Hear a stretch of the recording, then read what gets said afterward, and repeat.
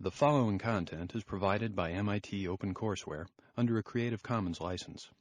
Additional information about our license and MIT OpenCourseware in general is available at ocw.mit.edu.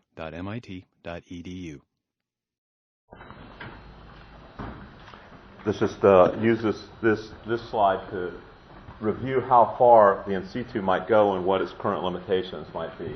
And then we'll move on to arrays.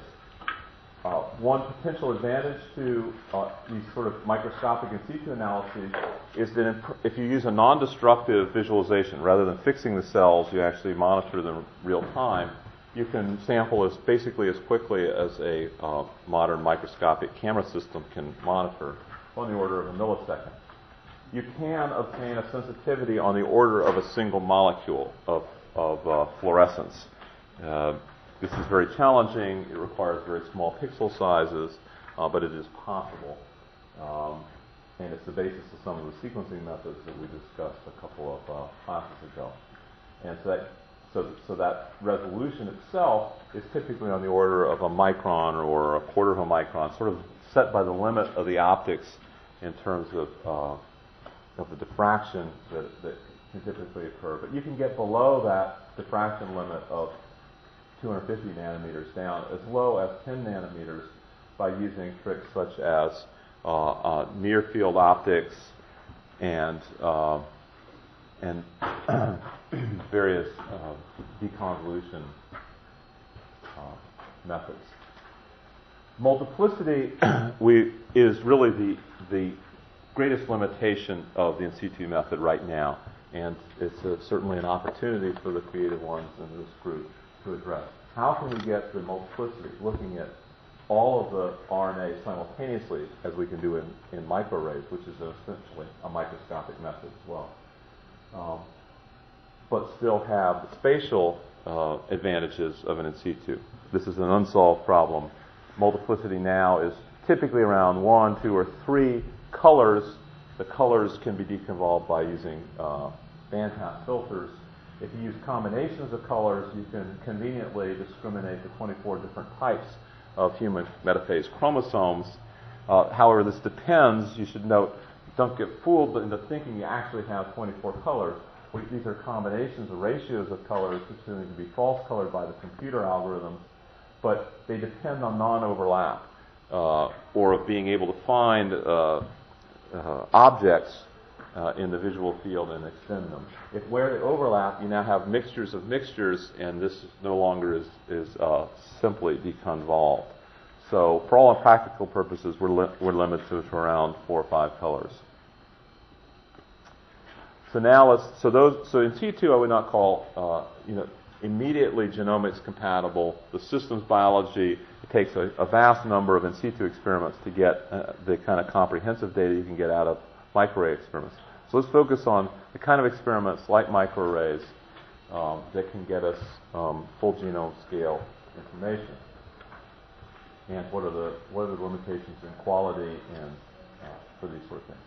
Now we can either lump or split various ways of measuring arrays of cells. The top 2 items on slide 28 are either can be characterized, microarrays might be associated with, sort of for historical reasons, with longer probes, maybe the length of an entire gene or an entire cDNA, messenger RNA, and Affymetrix and other oligonucleotide-based methods typically use 25 nucleotide long oligomers. Typically the long microarray probes are used as single probes, 1 probe per gene, while the short ones typically have 20 probes per gene. These are not necessary differences. You can imagine various combinations.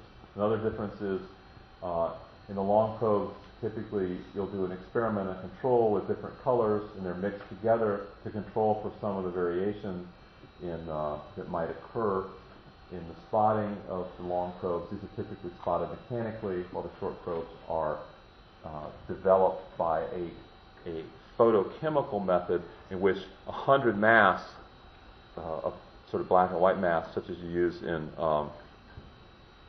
the Silicon Valley for making computer chips, which we introduced in the sequencing technology lecture, these kind of 100 photomass will allow you to make a 25 mer of 4 possibilities per base.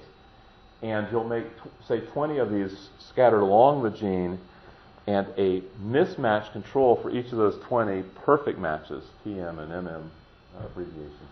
And those mismatch controls help you get at the possible cross-hybridization by related sequences or even distantly related sequences. And what you typically do is subtract the mismatch controls from the perfect matches and then average across all 20 of them, or some statistically good sampling of those 20. Okay, so you typically do ratios for the long probes, and you try to get absolute amounts from the short probes. And then there are two wildly different methods in the bottom of this slide. These are called SAGE, standing for Serial Analysis of Gene Expression, and MPSS, an acronym for a highly parallel bead-based method. Both of them essentially determine the sequence of somewhere between 14 and 22 nucleotides. This is the sort of the minimum length sequence that's often, but not always, sufficient to identify an RNA molecule. These are you're basically counting individual RNA molecules with a tag that's just long enough to be able to recognize it in a database. At a 14 mer, you can recognize it in, say, a human cDNA database, but it's not unique enough to identify it in a human genomic database. The 22 mer is large enough to get an acceptable rate of false positives, false negatives in a human genomic library. That's kind of the range which you can do this.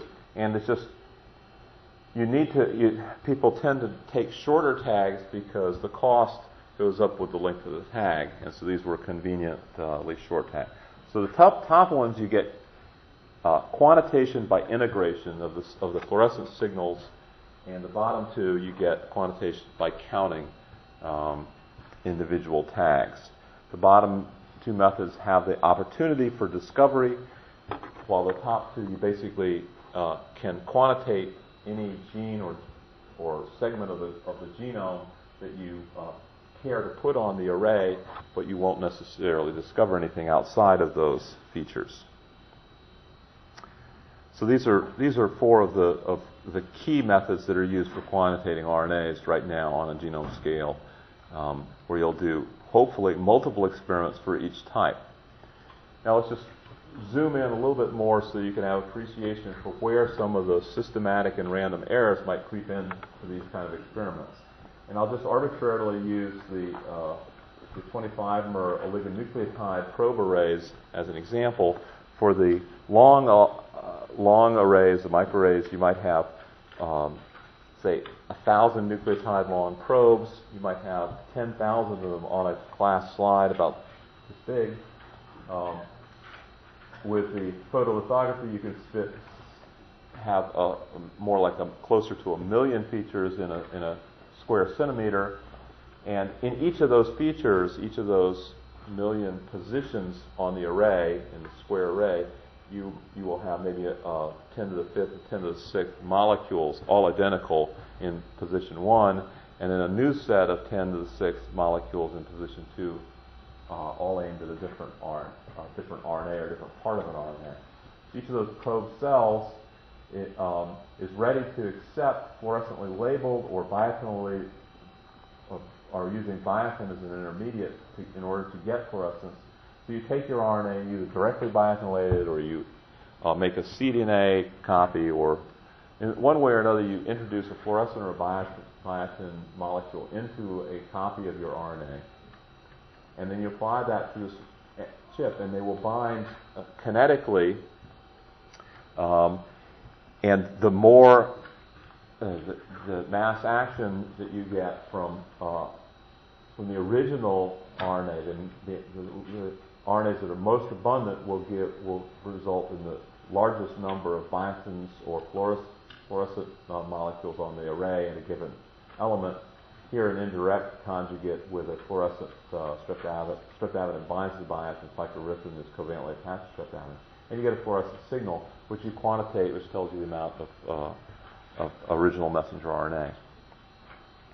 If you have 20 different oligonucleotides per gene, you can scatter those about the array, or you can have them in lines. This tends to be back from when they had them in lines. You get the streakiness there.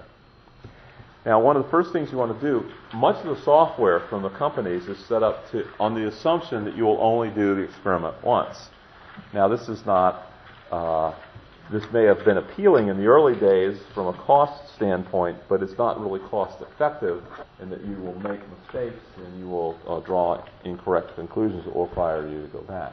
But this is an example of an early experiment to establish the reproducibility from one experiment to another. Possibly to reassure people that they didn't need to repeat the experiment. But in any case, this is the sort of thing that is now commonly done in order to assess that your experiments are indeed reproducible. And what you expect from this as you go along the horizontal axis towards higher and higher copies per cell, going off to the right, or going up on the vertical axis, then when you get high copies per cell, then you expect there to be very close similarity in the two measures from the experiments done at 2 different days. And then as you get to very rare transcripts, you expect the various sources of noise in the experiment to start to dominate the light scattering in the array, the background fluorescence of the glass, the non-specific cross-hybridization between different RNAs start to dominate over the true signal, because the true signal is going down and all those background signals are staying constant. So you start to get spread at low copy numbers per cell.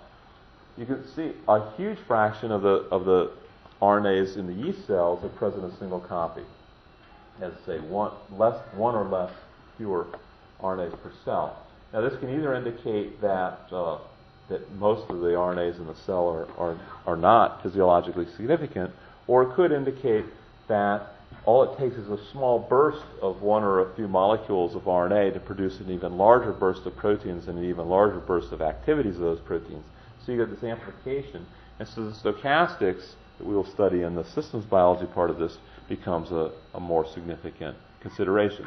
So looking at small, one molecule per cell, it's important to start thinking about what the implications of that might be for the systems biology, and asking, can we accurately measure it down there, and do we believe that it's biologically significant?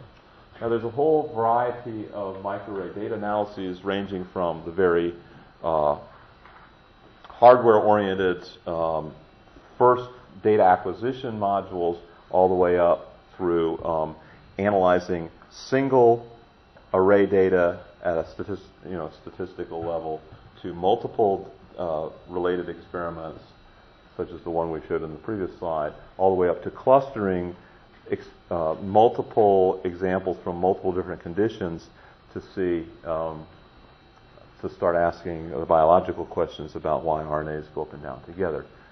For the sort of intermediate analyses where we'll be talking today as introductory issues of data analysis, I'll illustrate DChip and a couple of other tools that indicate how reproducible experiments can be and the kind of systematic errors that can creep in. The reproducibility helps you, by repeating, helps you reduce the random errors. And here are 4 papers recently that talk about measurements from multiple measures from the same experiment, or multiple measures by using 2 completely different microarray technologies. And I urge you to take a look at these. When we compare 2 distributions from microarray experiments, you can think of these are going to be, even if they're not perfectly normal distributions, they're going to be roughly bell-shaped curves. So let's say that this is experiment 1 and this is experiment 2. You say, oh, they look the same. This is experiment 1 under condition 1. This is under condition 2. Okay, now they look different. But how do you quantitate that? And the way you ask that is the means of those 2 roughly bell-shaped distributions are far apart from one another. How far apart? Well, they're farther apart from one another than the width of the distributions individually. And the the distance between them you can think of as the mean of the difference of the distributions. And then the width is a measure of the root mean square standard deviation. So it's the combined width of the two. If one of them is wide and the other one is narrow, you have to have some way of combining those. So that's sometimes called the student t-test, and the t-statistic itself is simply the mean over the standard deviation. In other words, how many standard deviation widths apart are these two means? Or if you take the mean of the difference, take the distribution of the difference, then you want that your null hypothesis, H0 here on slide 33, is the null hypothesis is the mean value of the difference is 0. There's no difference between the two distributions. If you can rule that out, then that would be the point of this test. So you can think how many widths apart are these two, are the means of these two distributions. Now this requires that the distribution be very close to normal, not distinguishable from normal distribution with all its properties. If you are in serious doubt or can prove that they're not normal, then you should go to a non-parametric. Normal means it's parametric. It has a mean and standard deviation that characterize it well. Then you can use a non-parametric. Whenever you see the word ranks, that's a tip-off that you're going into something where you're making fewer assumptions. This has lower power. That means you might miss some significant differences, but on the other hand, if you can convince yourself with the Wilcoxon matched pairs find ranks test, then you don't need to worry about whether it's normally distributed. In any case, we're going to look at some distributions, and ask informally whether these are the same distribution or different. Can I ask a question? Yes.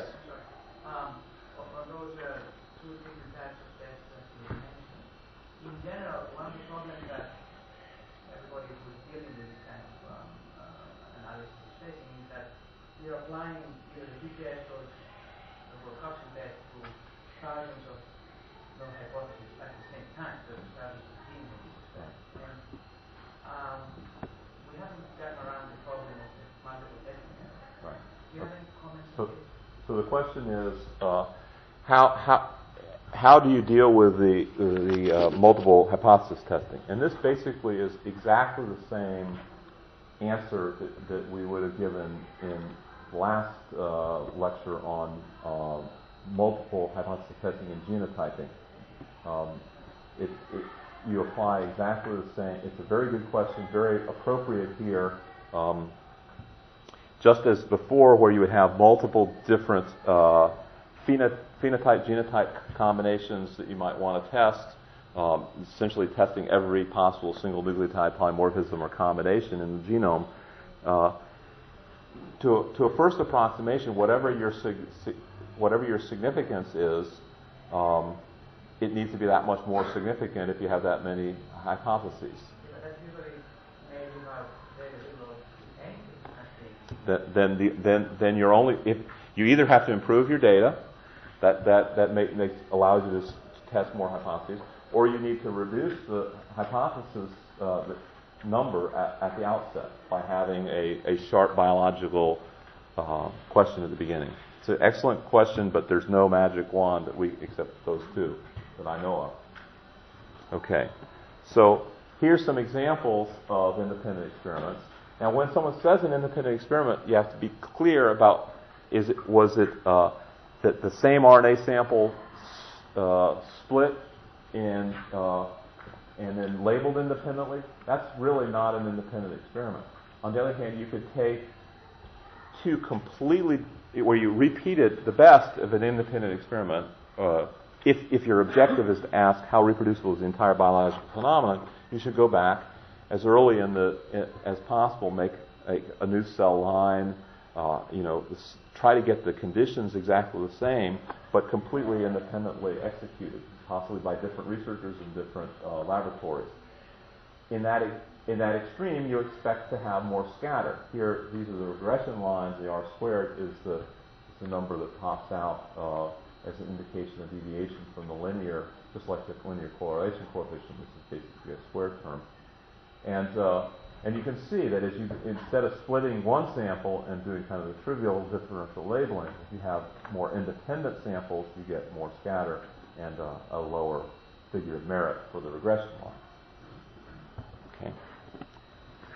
Now, what are the guidelines for what are some of the considerations in RNA quantitation? I think we've touched upon this before, but I just want to drive it home that some people will say, I'm only going to look at things that are more than a threefold effect. This is sort of the ratio limits that you might perceive in the early RNA chip experiments. But I think we're getting better at it, and the biological motivation is high. We've seen that human trisomies, where you just have a 1.5-fold increase in dosage, every single one of them has a huge phenotypic consequence. Many of them result in lethality. It's very we should set as a goal to be able to monitor most of the RNAs of biological significance down to this sort of 1.5-fold effect, which can have these dramatic implications. We mentioned that oligonucleotides we might be able to get more of them per gene. How can we utilize this? Not only the number that we can get, but their specificity. If you have a gene length oligonucleotide or cDNA, then you're going to pick up not only the gene of interest, but every related gene, all the alternative splice forms, all the very, very close family members. So with oligonucleotides, you can then go and target individual splice forms. But then when you apply your algorithms, you have to be careful not to lump them all together as if it's one gene. You have to say, okay, this is splice form number 1, number 2. And just having oligonucleotides aimed at particular exons is not sufficient to tell you which exons are in cis in particular RNAs. You could have present in the population exons 1, 2, 4, 6, 12, and so forth, but you don't know whether 1 and 12 are on the same molecule ever. That requires a more specialized method, possibly high throughput method. There is another set of economic forces pushing towards just doing a subset of the genome. Just like doing not repeating the experiment, you probably don't want to give in to these economic forces unless you absolutely have to, because if one person studies cancer subset and another studies a blood-related subset and another one studies these little pieces of the genome, then when they want to pool their data in order to ask questions about, well, what genes are clustered together because they're in proliferative cells, and which ones cluster together because they're in this developmental stage or another, they can't do it because they don't share enough genes on their arrays to do this meta-analysis. So that's a consideration when you're in the experimental design phase. And hopefully computational biologists are involved not only in the interpretation of the data, but in the design of the experiments as well. Here's yet another way of looking at the variation that you have in the experiment. We're introducing, I think, the coefficient of variation here, which is simply the standard deviation normalized to the mean. So you can just phrase it. It's a way of sharing in a generic sense how much variation you have. So you can say it's the coefficient of variation is say 10%, and that's independent of whether you're measuring what your units are measuring, unitless. And so what we have is on the horizontal axis, the x-axis here, number of messenger RNAs per cell, and in the vertical axis, the coefficient of variation. And you can see that when you get up above, say, 20% coefficient of variation, you start getting less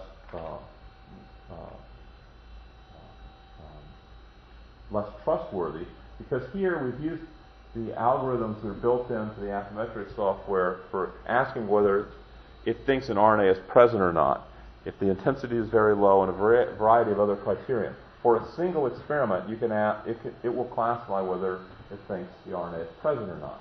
But if you use a large number of different experiments, each of these dots being a different RNA, you use a large number of experiments, you can now beat the company software because it's made the assumption that you're just doing one experiment.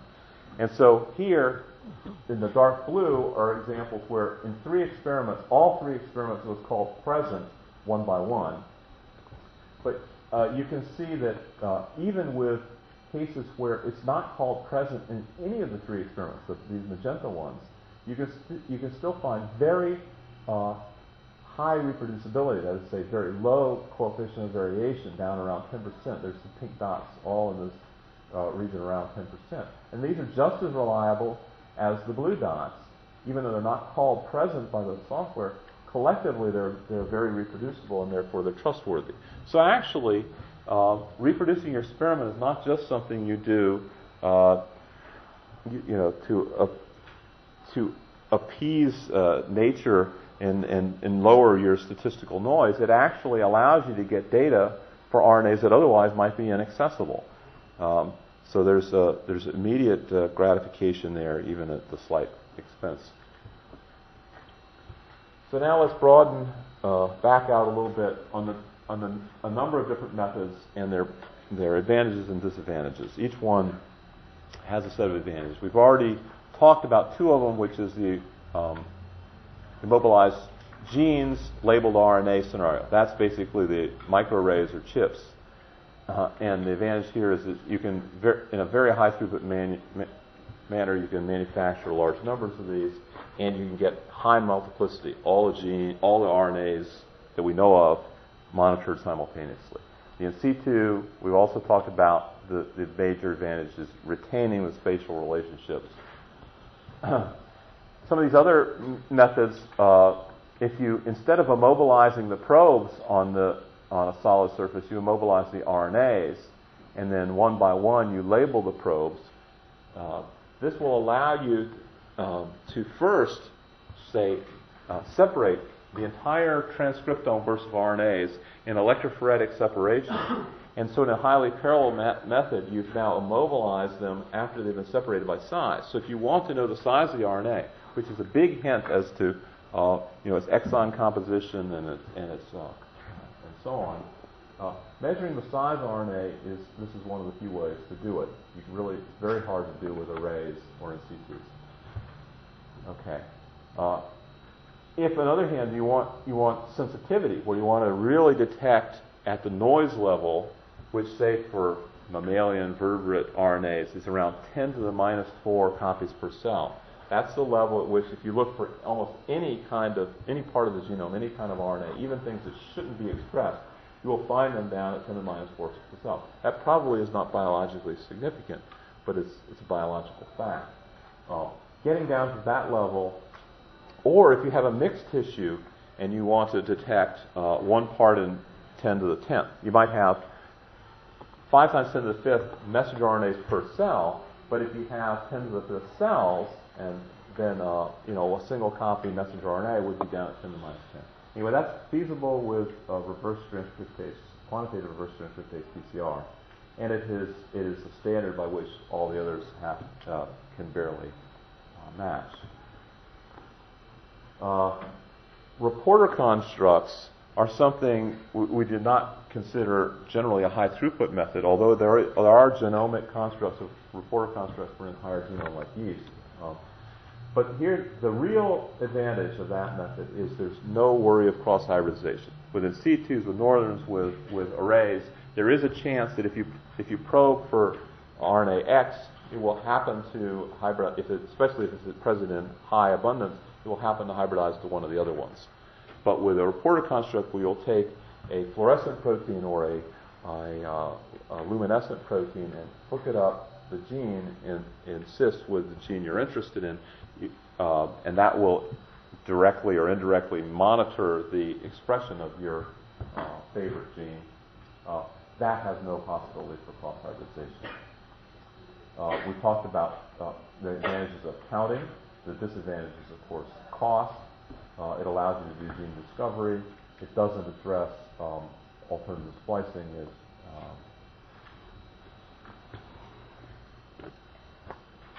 Here's an example of comparing two of those methods. As microarrays are being introduced, one needs to validate them, to ask whether you're measuring one RNA or multiple RNAs of different sizes, to ask whether quantitating a northern blot correlates with quantitating an array.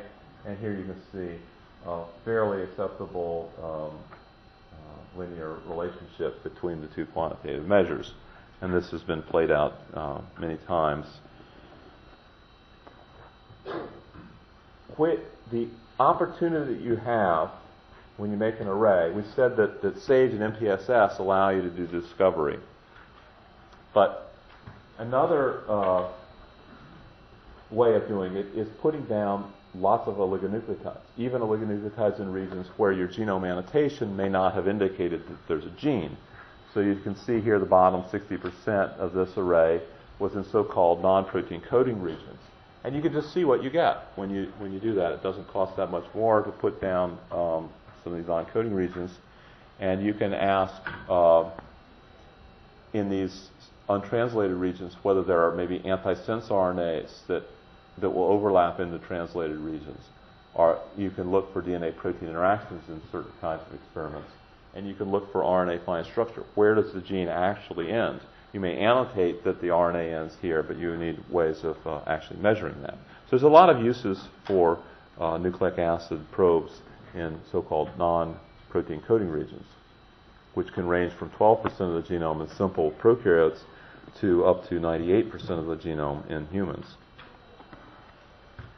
So what are the sources of random systematic errors? We have secondary structure that we talked about at the beginning of this lecture can cause different parts of the array to have different hybridization efficiencies. The position on an array can have an effect, for example, poor mixing.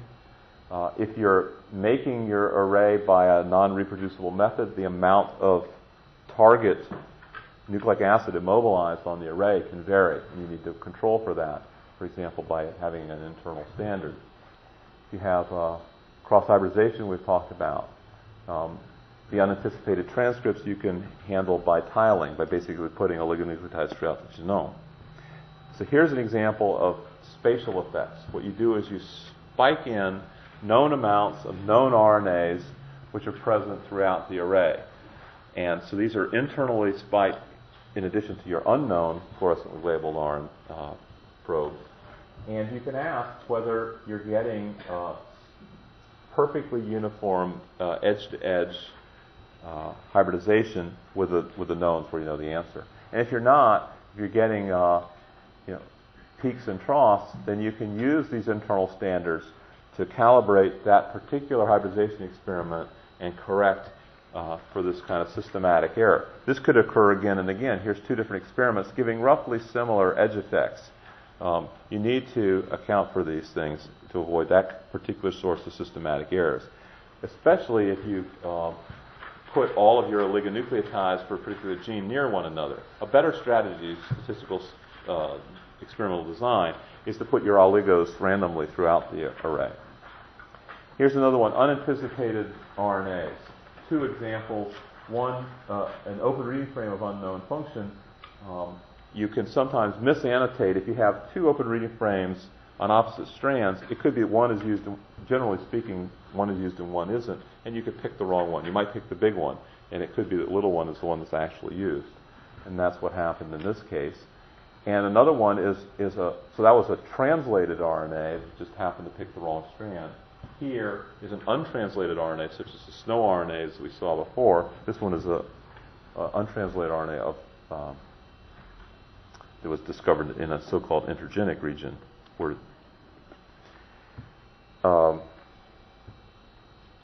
if you have a statistical test for the goodness, the quality of a individual oligonucleotide hybridization based on, say, its reproducibility or its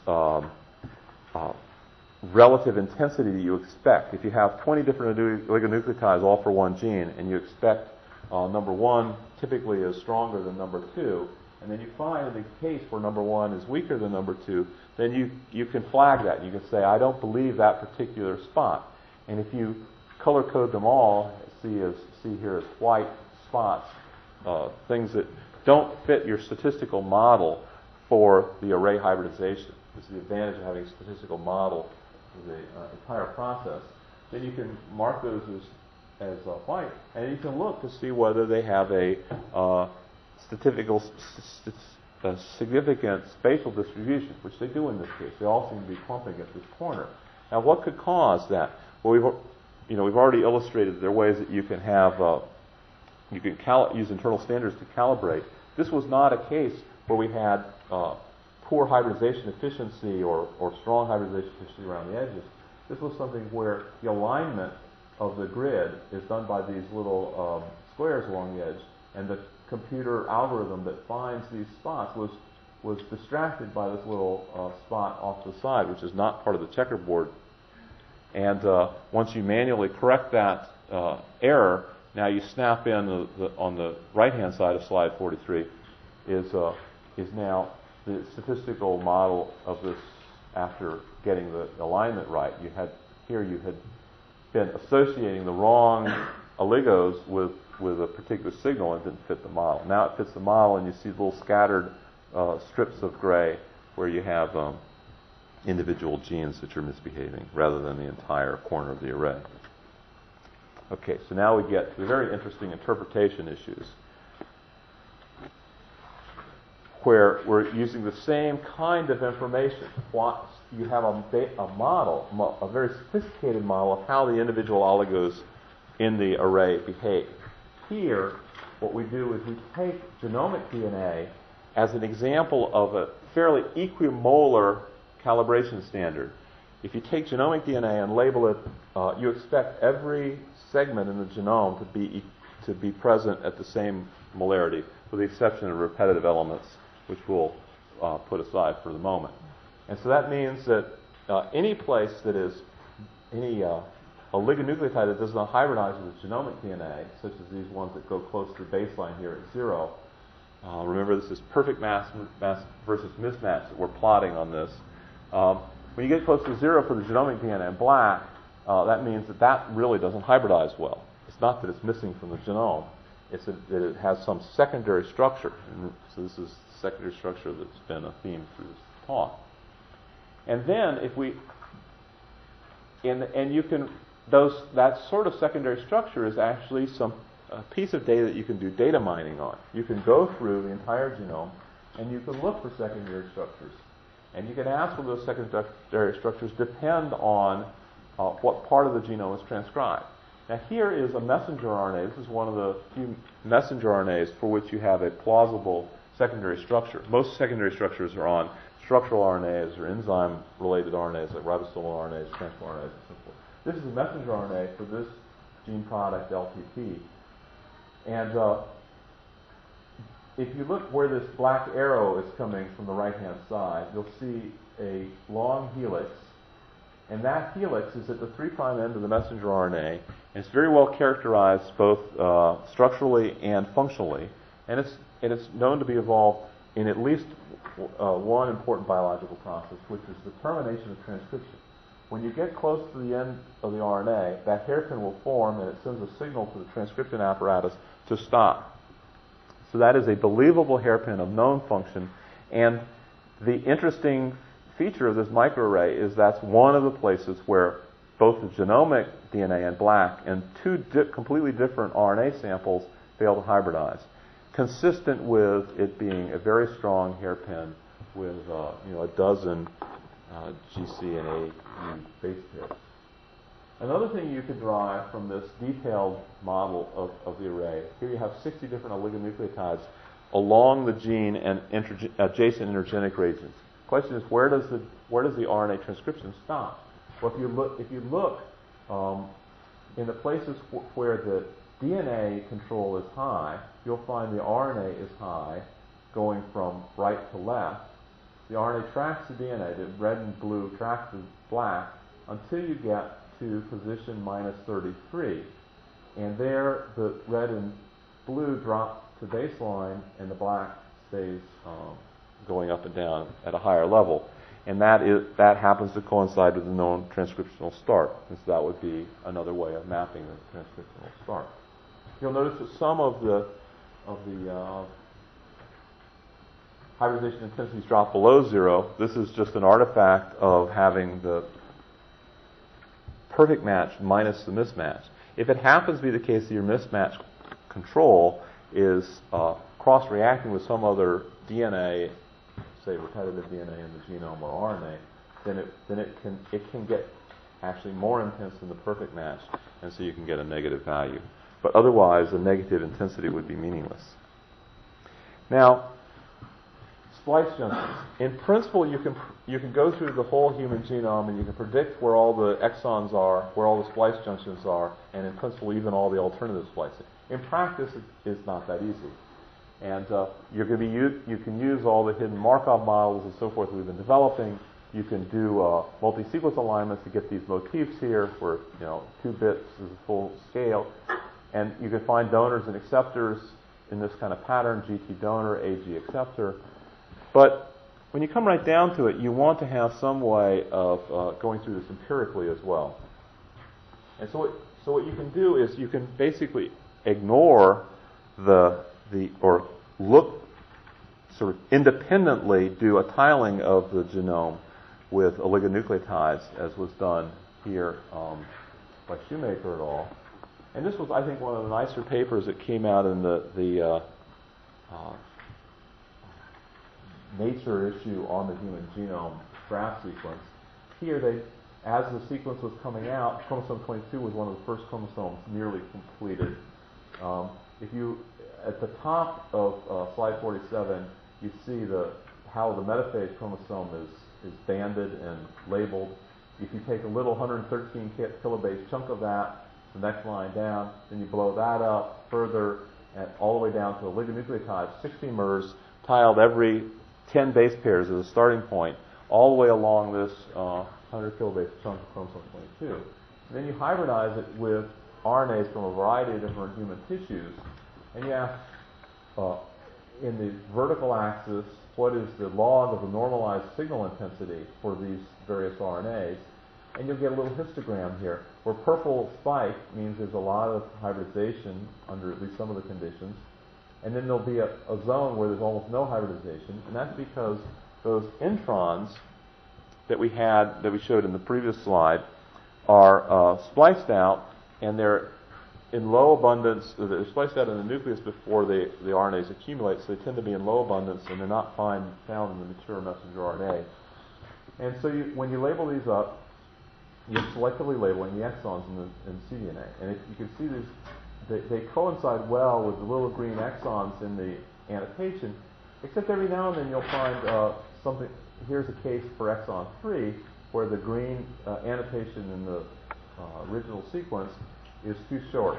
And here's a blow-up near the bottom where the purple region clearly extends beyond the green annotation that came from sequence algorithms, sequence analysis algorithms, where 102 base pairs should be extended 5' to that exon to make it a slightly larger exon. And but when you extend it by that, you ask, well, does it still have the splice site, or does it have a new splice site that we can recognize? And sure enough, it does. It has an AG and a fairly good match to the motif we had in the previous slide.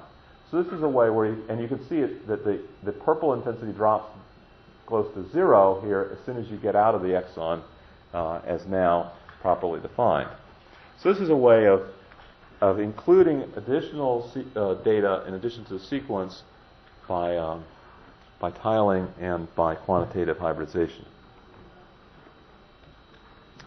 Now, the last topic today is time series. This connects the quantitative data that we're collecting, where you're not just collecting an isolated condition and comparing it to some other condition. You're actually it actually matters the order of the different conditions that you have, and this is a great advantage in analyzing causality, and we'll illustrate it in the context of messenger RNA decay. Now, in order to and finally in ways of aligning different time series data. Now, why do we want time courses? If we do a gene knockout or we do a gene deletion, by the time you isolate that mutant and characterize and do the RNA, you've now gotten not just the primary effects, but all the downstream effects of that knockout. So the best would be to have some kind of conditional control of the transcription, so that when you first either turn it on or turn it off, the first events that occur are likely to be primary events. Now, the way that you control that needs to be not have too many perturbing forces on the whole system. So temperature shift is it's an easy class of mutation to get, but it's not suitable because there's a huge temperature effect on the entire system. Chemical knockouts can be more specific, but you need to prove that. An example of a fairly time-honored chemical knockout is rifampicin, which fairly specifically affects just the RNA polymerase. And so this is an interesting case where the effect is to stop initiation of transcription. And so then as we do our time series, what we see is the RNAs for LPP, which we showed a few slides ago, is very stable. It basically lasts longer than the lifetime, the doubling time of the cell, possibly many cell generations. And other RNAs, such as CSPE, have extremely short half-lives in the order of 2.5 minutes. And you can compare various methods for quantitation, and you come up with different half-lives here. Okay. So that's an example of a very significant class of chemically manipulated knockouts. So you can precisely phase them, you have very few other consequences, and then you can measure a time series. It'd be nice to be able to do that for any particular RNA and see what the downstream consequences are. Now, whenever you do a perturbation where you have two time series, you want to know how all the RNAs occurred during heat shock or some other pulse of some chemical relative to pulse of a different chemical, or the time series as it would have occurred without any, you can see how they won't necessarily line up point by point. You can't just start them at time 0 and expect them all to line up. In fact, you can't even expect them necessarily to line up where you have a uniform stretch. You might have to have piecewise stretch, where certain parts go faster than others. Now, this may hopefully click in your mind a connection to the dynamic programming, where we had two sequences of bases or amino acids, and you wanted to expand or contract different sections of those by inserting a placeholder. Well, it doesn't make quite as much sense here with a time series to insert a placeholder. So you can do that. You can have a discrete block diagram, just as here's series A and B in the middle upper diagram, or you can have a more continuous function where you've tried to more smoothly warp. Both of these are dynamic programming algorithms. The smooth warping is a little more complicated. The insertion deletion one is exactly the same three conditions that we went through for pairwise alignments and dynamic programming. But this is partly to drive home the how many different ways you can use dynamic programming. We use it in HMMs, we've used it on multi-sequence alignment, and now for time series in gene expression.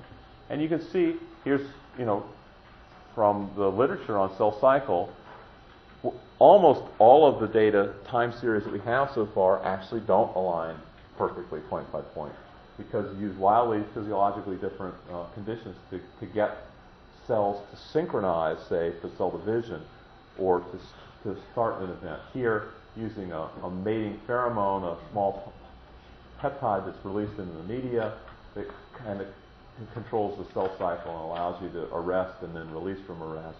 Or a temperature-sensitive mutant, even though I malign temperature-sensitive in just a moment, it is one of the most precise ways of getting synchrony of cell division. Cell division is a particularly good illustrative notion, partly because we've mentioned it earlier in the course, but also if you think of any dividing set of cells, many of the cell types that you'd be interested in are dividing, stem cells, microbial cells, and so on. That automatically is a mixture of cells. If you mush them up and extract RNA, you're kidding yourself in thinking that was a homogeneous population. If on the other hand you synchronize the cells, then you've removed one major variable that could confound. Now they are much more homogeneous cells that are in the same state in the cell cycle can be synchronously isolated as a population. There may be other sources of heterogeneity, but you've eliminated a big one. In any case, you take these two data series, they have different time constants, different lengths, and even different warps. Now you want to take the X's and superimpose them on the O's, and here's an example of that now. They're both put together, and even though there may be little deviations for any particular gene, when you talk about the thousands of different genes, very rich pattern, lots of information, plenty of opportunity for smoothing out individual variations. But here you get superimposed patterns, and here's the traceback that tells you exactly where the insertions and deletions or smooth warping might occur to align these two different cell cycles data sets. So, in summary, we've connected the multi-sequence alignments from last class to allow you to model RNA structure. How RNA structure helps you model an interesting class of RNA guide sequences involved in methylation. As an illustration of finding genes that don't encode proteins. Then we talked about various quantitation methods, errors that creep in and solutions to those errors, statistical methods for asking whether two distributions are related or have no difference in their means, interpretation errors about where RNAs start and stop, how you get alternative splicing, and finally time series data, which we will find very useful for connecting RNA and protein measures over time series for analyzing causality and systems biology. Okay, thank you very much. See you next time. Be sure to get your problem sets into your teaching fellows.